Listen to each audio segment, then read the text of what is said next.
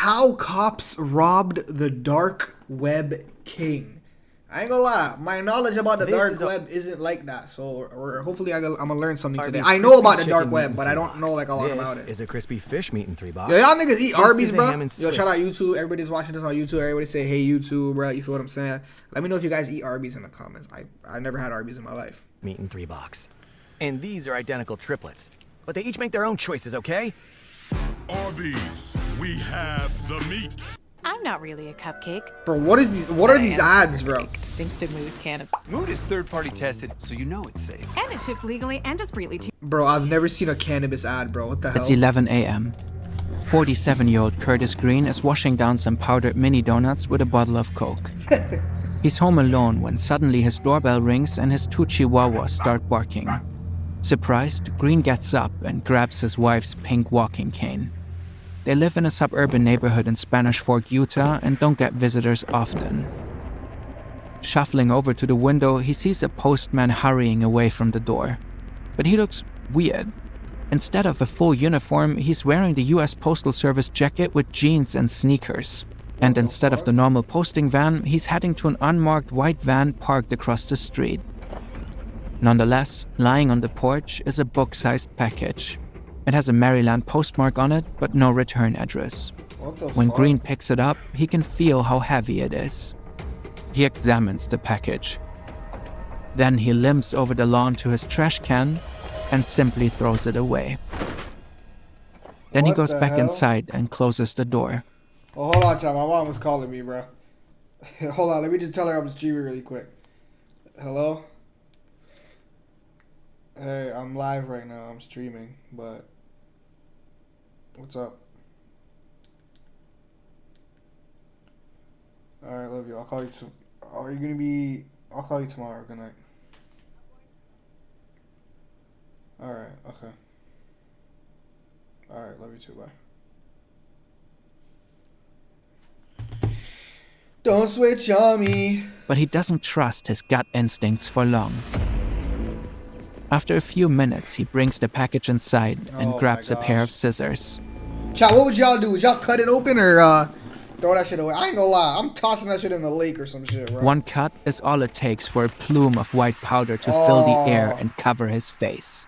At this exact moment, the unlocked front door flies off its hinges. A SWAT team bursts into the living room. The package contains over 1 kilogram of high-quality cocaine, stamped with a red dragon. Green drops it and gets down. He doesn't even think about resisting.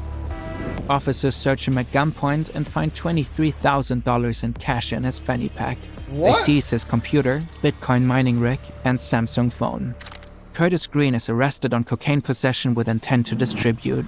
He has just been the target of a controlled delivery sting operation by the Marco Polo Task Force, a special unit operating out of the Baltimore Homeland Security Investigations Office.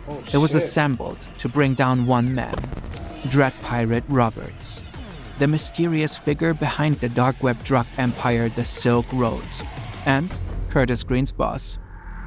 Green suspects that being a high-level moderator with access to the inner workings of the infamous site makes him extremely valuable to law enforcement. As long as he cooperates and DPR doesn't find out, maybe he'll be alright. What he doesn't know is that one of the agents who just busted down his front door will frame him for stealing hundreds of thousands of dollars from Silk Road vendors.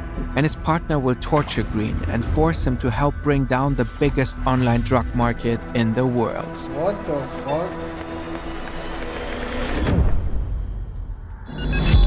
Yo, this nigga's videos are actually crazy, bro. I love this shit. You enjoy our videos and work in journalism, or even better, video journalism? We're looking for an experienced writer to join Fern as editor-in-chief. You can find all the details on our new website, link is in the description.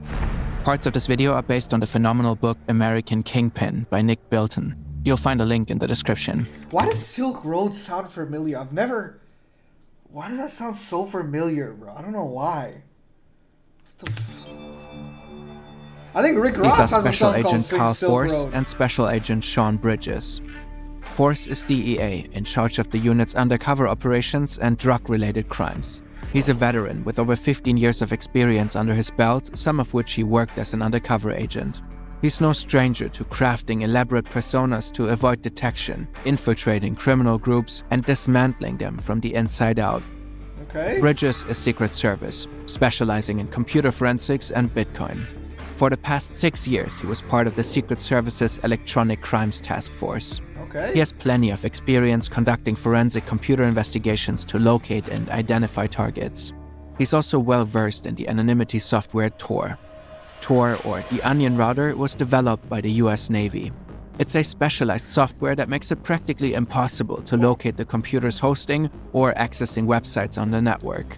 It's the backbone of the dark web and used to access sites not found on the public internet. Sites like the Silk Road, the largest online black market in the world.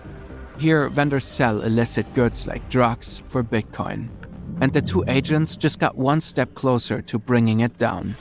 Together, they're sitting behind the computer of Silk Road moderator Flush, otherwise known as the scared old man still being interrogated in the other room. He is one of their first major arrests in this case. A breakthrough. Terrified, Green gives the officers direct access to one of his accounts. They immediately change the password and secure it. Green is a bigger fish than they originally thought. Special moderator privileges given by DPR allow him to change people's passcodes and lock them out of their accounts. Damn. But that's not all. Digging a little deeper, they discover Bro, this type of shit is so cool to me, bro.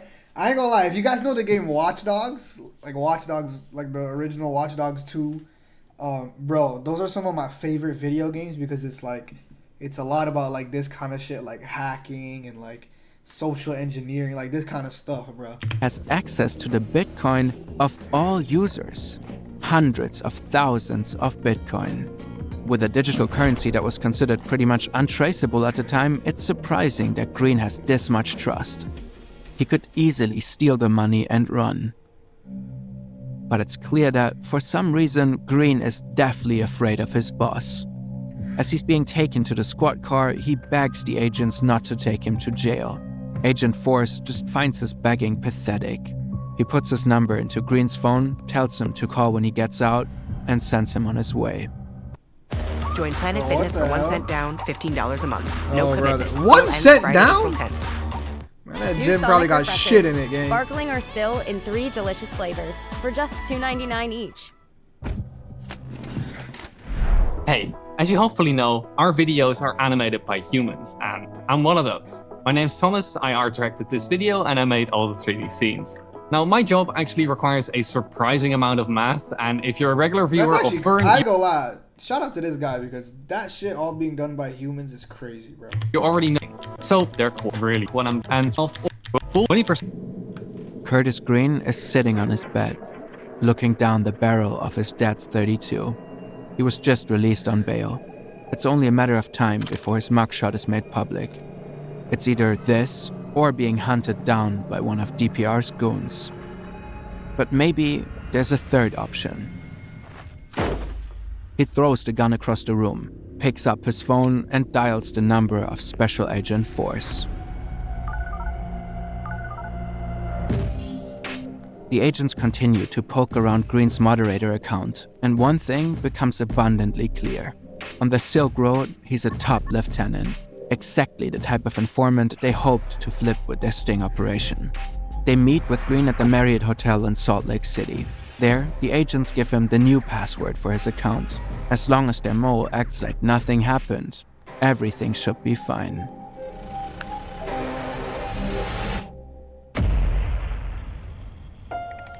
Bro, this is crazy. This is Dread Pirate Roberts. He's the mastermind behind the Silk Road and one of the most wanted men on the internet. His identity is a mystery, but his mission is clear: to create global enterprise whose purpose it is to empower people to live as free individuals. He often posts about his libertarian ideals in chat rooms and Silk Road forums. He talks about Austrian economics and agorism, the practice of engaging in black market activity as a form of non-violent revolution. He frequently makes his distaste for government regulation heard. Those on the inside support his vision, by any means necessary. At the moment, he's staring at a message from one of his moderators, Inigo. I detected a possible theft of approximately 20,000 bitcoins. I think the funds were stolen by Flush. It looks like he reset the passwords of individual Silk Road users. A bunch of Silk Road vendors have just been robbed. At the time, 20,000 bitcoins are worth about $350,000. He knew that something was up when Flush didn't log in for work. Why aren't you clearing out your accounts? Get back to me ASAP. To confirm his suspicions, he pulls up the photocopy of Flush's ID that he asked for when he hired him. A quick Google search of his real name leads him to a website cataloging recent arrests. It confirms his worst fears. One of his top lieutenants is compromised. A man he thought he could trust. Did he start stealing because the feds are onto him? Grab some cash and make a run for it? It doesn't matter. DPR knows he's left with 3 options. Scare him, beat him, or kill him. And he can't do it alone. It's a job for someone with connections in the underworld. And one man immediately comes to mind. A Silk Road user he has gotten to know well over the past 9 months. Nob is a cartel operative and high-rolling drug smuggler from the Dominican Republic. He first contacted DPR on TorChat, offering to buy the business. But the 9-figure valuation that DPR countered with was a bit steep. The deal didn't go through, but the 2 men never stopped chatting. Nob is clearly an admirer of what DPR has built and was quick to give advice. With over 20 years' experience in the drug business, he's a wealth of information and a man with connections. Just the kind of man DPR needs to carry out his dirty work. I have a problem that requires violence. One of my employees stole from me. Not a lot, but it pisses me off to no end. Do you want him beat up, shot, just paid a visit? I'd like to beat him up, then force him to send the bitcoins he stole back. Like, sit him down at his computer and make him do it. Who is it and where is he? I'll send you his ID. Holy, bro.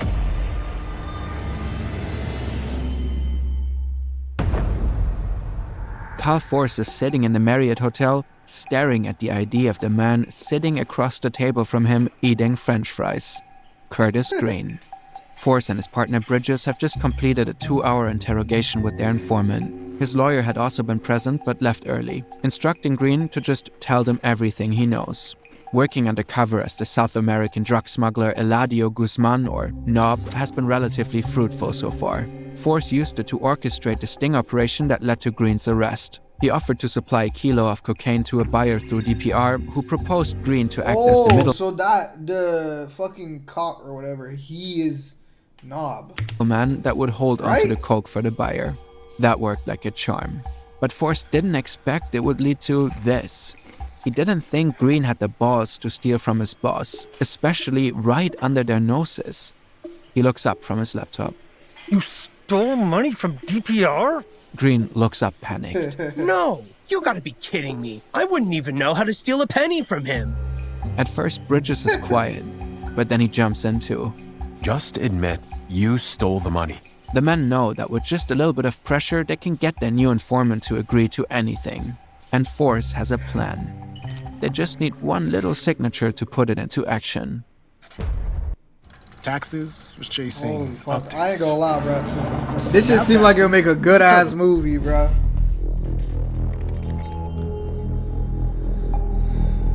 Agent Bridges is standing in the door of the Marriott Hotel bathroom, watching Curtis Green get waterboarded. After all, he agreed to it in writing. When his partner got that message from DPR, Bridges knew it would play right into his hands. Blame the informant for the theft, carry out a fake hit for 80k in Bitcoin, and use it as evidence to put DPR away. None of the other men in the room will ever know that the real thief is Bridges himself. Yeah. I swear, I didn't steal the money! Just admit it! Stop trying to protect DPR! The third agent dunks Green's head underwater over and over as he struggles violently, screaming bubbles. Green is begging the men to stop, but they have to make it look real for the camera. After all, DPR requested photo evidence from Nob. Force takes photo after photo, and Bridges just lets it happen. The funny thing is, if he hadn't stolen the money, Green never would have been a suspect for the theft, and Force never would have gotten such compromising messages from DPR. Yeah. With his background in blockchain tech, stealing the Bitcoin was easy. He logged into the Flush moderator account and used its administrative privileges to reset the passwords and pins of several Silk Road vendors. He then emptied their accounts and moved 20,000 Bitcoin to a private wallet. He knew he had to hide his trail, so he rapidly transferred the Bitcoin through multiple digital wallets to the Japanese crypto exchange Mt. Gox. He is storing his loot there for now. And by a stroke of luck, Green turned out to be the perfect little scapegoat. The man is spluttering and crying on the bathroom floor. He's dunked 4 times to get the shot. But while the agents are busy pretending to carry out DPR's orders, the Silk Road Kingpin has a change of heart. Okay, so you can change the order to execute rather than torture? He was on the inside for a while, and now that he's been arrested, I'm afraid he'll give up info. The order to torture is now an order to kill. Oh, shit. DPR is staring at the picture he just received from Nob. A lifeless, overweight body, pale, wet, and covered in puke. A few days earlier, he had gotten confirmation that the hit was complete. Green was waterboarded, almost drowning once, but kept alive with CPR, just to be tortured more. But before Nob could get the money back, Green died of asphyxiation and heart failure. The description was disturbing, but the picture confirms the story. DPR saves it to an encrypted folder and transfers the second half of the 80K in Bitcoin to Nob. The job is done. He knows it was necessary to protect his business. What he doesn't know is that it will also be his downfall. Yeah. Because Green didn't die in a pool of his own vomit. He played dead in a pool of Campbell's soup. Yeah. I knew it. They got to take a picture of now his that fake Green death. is dead, or rather laying low at his home in Utah, Agent Force is back in Baltimore.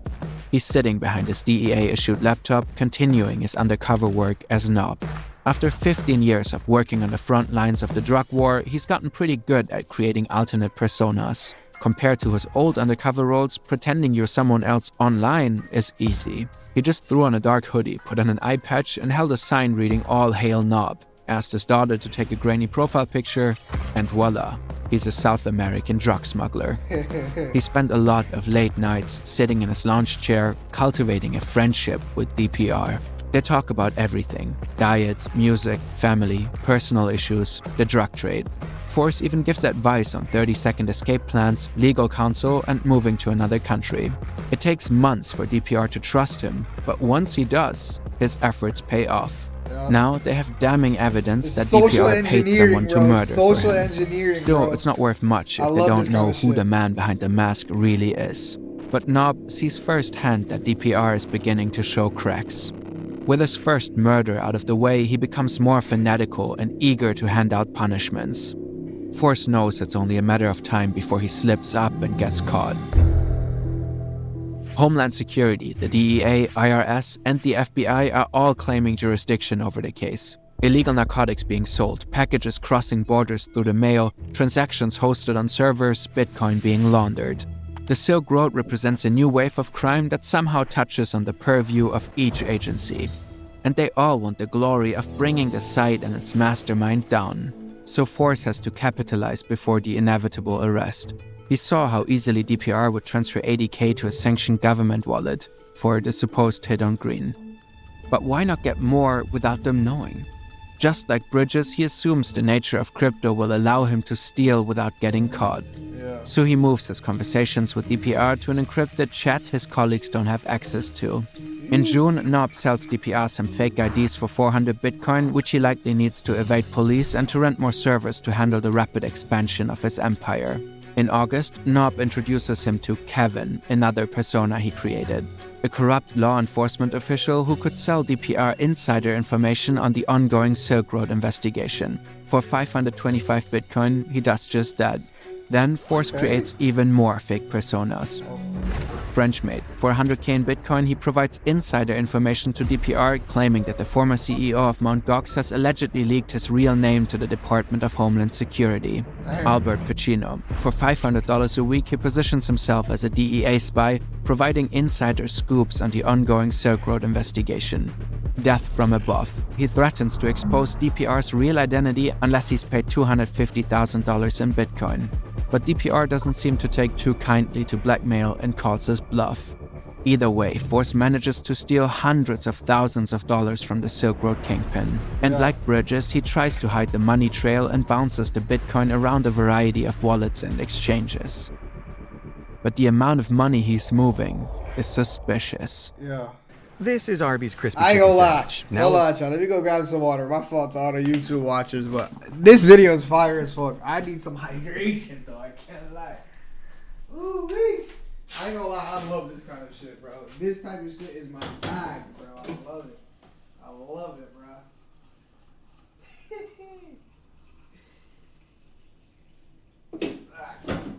My fault, chat. I apologize, but I'm a fucking human. I'm not just a robot who fucking reacts to videos, dog. Available in the $7.99 meat and 3 box. Our chef describes it as prime cut. Come on, bro. Fuck it, bro. They 100% patched my method, all bro. white meat chicken. But we just say it's really good. Arby's, we have the meat. Holy fuck.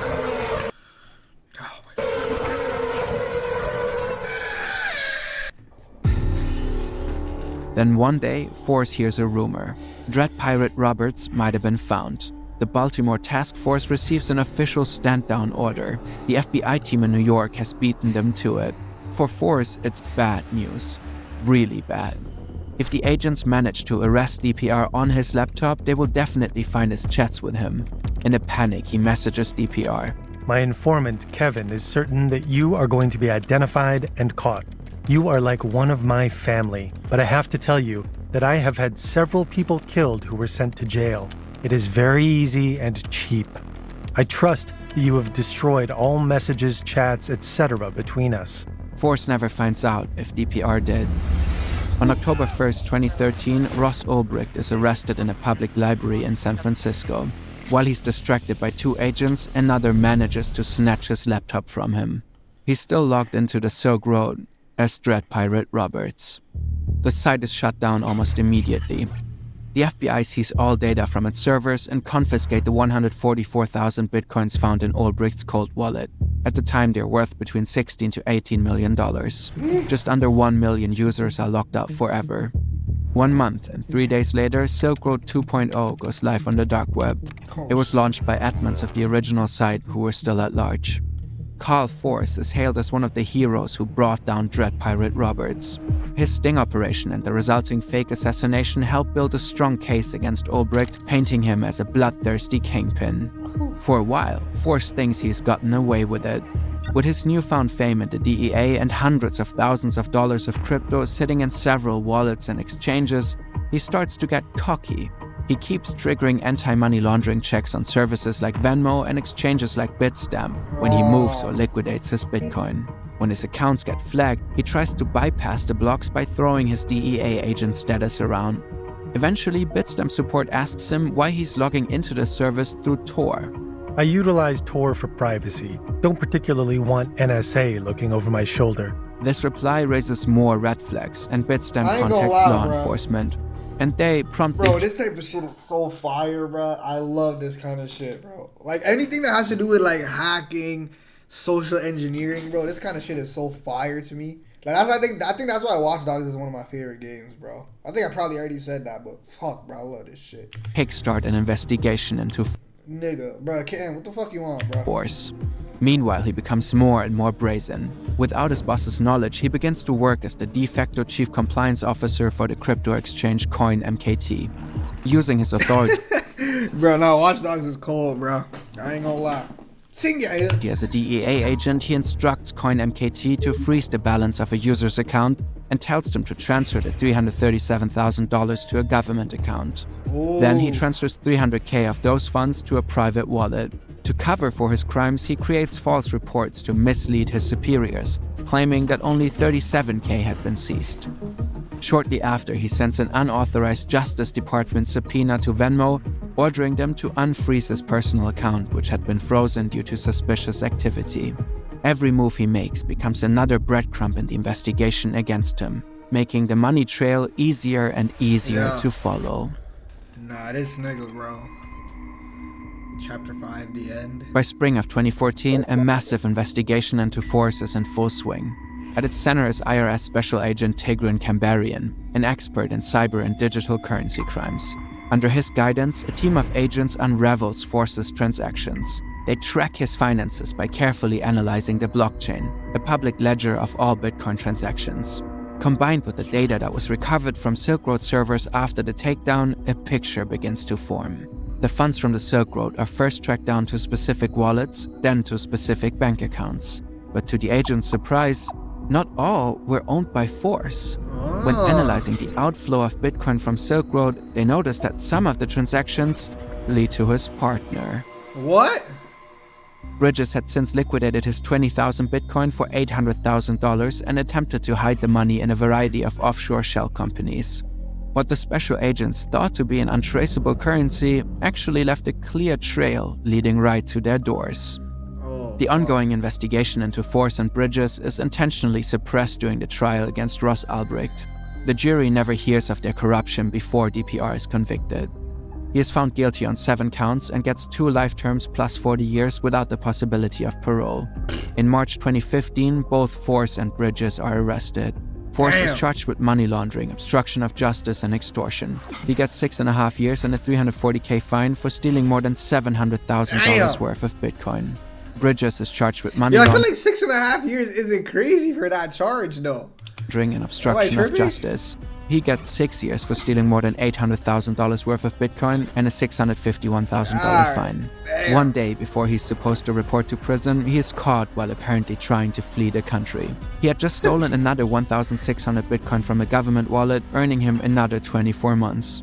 Curtis Green originally faces a maximum sentence of 40 years for his cocaine and trafficking charges. But because he was real tortured and fake murdered, he's ultimately let go with time served. Damn. In 2025, President Donald Trump signed a full and unconditional pardon for Ross Ulbricht. Damn. Yo, this black market shit is crazy. I ain't gonna lie, I didn't know it was called Silk Road. When I first heard that, I'm like, yo, that shit sounds mad familiar. Like, where have I heard Silk Road before from? But then I realized there's a Rick Ross song called Silk Road, and I guess that's like the first thing that... What? I ain't gonna lie. If I search that up on my computer, what happens, bro?